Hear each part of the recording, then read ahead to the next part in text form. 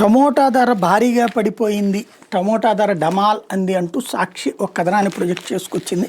Season ప్రారంభంలో 1300 రూపాయలు పలికింది 25 కిలోల బాక్సు, ఇప్పుడు 150 రూపాయల కంటే తక్కువకు పడిపోయింది. తీవ్ర ఆవేదనతో టమోటా పంటను రోడ్ల మీద పారబోస్తున్నారు. నంద్యాల జిల్లా ప్యాపిల్లో టమోటా పంటను పశువులకు వదిలేసిన రైతులే. మేబీ కుళ్ళిన టమోటాలు అక్కడ పడేసి ఉండొచ్చును, కానీ ఇప్పటికీ నేను విజయవాడ గుంటూరులో చూస్తుంటే కనబడుతున్నటువంటిది. ఆ మధ్యన అయితే 20 రూపాయలకి 3 కిలోలు అమ్మారు, 20 రూపాయలకి 4 కిలోలు కూడా అమ్మారు టమోటాలు. అలాంటి స్టేజ్ నుంచి మొన్న కేజీ 70 రూపాయలు తీసుకున్నారు. నేనే కొన్నది కేజీ 70 రూపాయలు, 80 రూపాయలు కూడా తీసుకున్నారు. మొన్న ఒక 3-4 రోజుల క్రితం తీసుకున్నప్పుడు కూడా 60 రూపాయలు తీసుకున్నారు. ఇప్పుడు మరి 150 రూపాయలు అంటే రూపాయన్నర.